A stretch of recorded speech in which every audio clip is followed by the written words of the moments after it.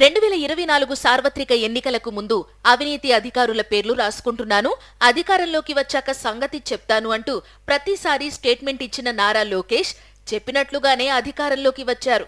ఇప్పుడు తెలంగాణలో అలాంటి హెచ్చరికలు వినిపిస్తున్నాయి. Black book, red diary, red book ఈ పదాలు ఇప్పుడు తెలంగాణలో ఎక్కువగా వినిపిస్తున్నాయి.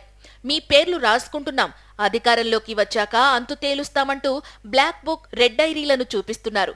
ఇంతకీ ఎవరి పేర్లు రాస్తున్నారు, రాసుకుని ఏం చేయబోతున్నారన్నది రాష్ట్ర వ్యాప్తంగా చర్చనీయాంశంగా మారింది. హుజూరాబాద్ ఎమ్మెల్యే పాడి కౌశిక్ రెడ్డి బ్లాక్ బుక్ అంటూ తెలంగాణలో ఈ కాన్సెప్ట్ మొదలుపెట్టారు. ప్రతి ప్రెస్ మీట్లోనూ బ్లాక్ బుక్ చూపించి అధికారులకు వార్నింగ్ ఇస్తున్నాడు. మొదటగా హుజూరాబాద్ ఆర్టీఏ అధికారులు, హుజూరాబాద్ ఎంఈఓ ఇలా కొంతమంది పోలీస్ అధికారుల పేర్లు రాసుకున్నాను అంటూ ప్రకటించారు. తన ఇంటిపై దాడి జరిగినప్పుడు ఏ పోలీస్ అధికారులు ప్రత్యర్థులకు సహకరించారో వారి పేర్లను నోట్ చేసుకున్నాను అంటూ చెప్పుకొచ్చారు. ఇక తాజాగా తనపై డ్రగ్స్ కేసులో ఇరికించే కుట్ర జరిగిందని, అందుకు సహకరించిన పోలీస్ అధికారుల పేర్లను మరోసారి బ్లాక్ బుక్ లో రాసుకున్నాను అంటూ చెప్పారు. వచ్చే ఎన్నికల తరువాత అధికారంలోకి వచ్చేది బీఆర్ఎస్ పార్టీ అని, అధికారంలోకి వచ్చిన తరువాత బ్లాక్ బుక్ లో ఉన్న పేర్లు ఉన్నవారికి అన్ని బ్లాక్ డేస్ అంటూ చెప్పారు. మాజీ మంత్రి హరీష్ రావు కూడా వనపర్తి రైతు ధర్నాలో మాట్లాడుతూ అత్యుత్సాహం చూపిస్తున్న పోలీస్ అధికారుల పేర్లు తాను రెడ్ డైరీలో రాసుకుంటున్నాను అంటూ బహిరంగ వేదికపైనే చెప్పారు. అధికారంలోకి వచ్చాక ఏ ఒక్కరిని వదిలిపెట్టవన్నారు హరీష్. ఇదే బీఆర్ఎస్ పార్టీలోని ఇంకొంతమంది నేతలు రెడ్ బుక్ లో ఓవర్ యాక్షన్ చేస్తున్న ఆఫీసర్ల పేర్లు రాసుకుంటున్నామంటూ చెబుతున్నారు. ఇంతకీ ఈ ప్రకటనలు దేనికి సంకేతం? అయితే అధికారులను బెదిరించడానికా అంటే కాదని ఇంటర్నల్ గా చెప్తున్నారు ప్రతిపక్ష నేతలు.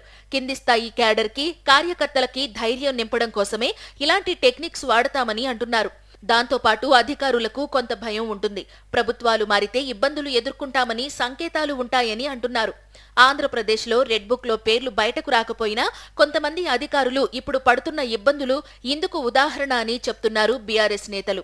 అక్కడ ఐఏఎస్, ఐపీఎస్ నేతలు కేసుల్లో ఇరుక్కుని పడుతున్న కష్టాలను చూసైనా తెలంగాణలో ఉన్న అధికారులు మారాలని కోరుతున్నారు. మరోవైపు లోకేష్ కు అంటే కూటమి ప్రభుత్వానికి రెడ్ బుక్ వార్నింగ్ బాగా కలిసొచ్చి అధికారం వచ్చింది.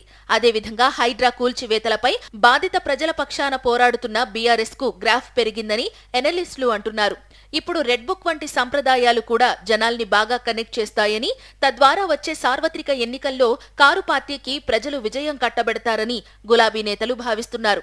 గెలుపు కోసం రాజకీయ పార్టీలు ఎన్ని ఎత్తుగడలు, వ్యూహాలకైనా వెనకాడరు. ప్రజల అండదండలు ఎంత ఉంటే అంత నమ్మకం నానాటికీ పెరుగుతుంటుంది. గత బీఆర్ఎస్ హయాంలో కూడా రేవంత్ కూడా అదే రకంగా ప్రజల పక్షాన పోరాడబట్టే కదా ఈనాడు సీఎం చైర్లో కూర్చోగలిగారు అన్నది విశ్లేషకుల మాట. చూద్దాం వచ్చే ఎన్నికల నాటికి తెలంగాణలో ఎవరి వ్యూహం ఫలిస్తుందో.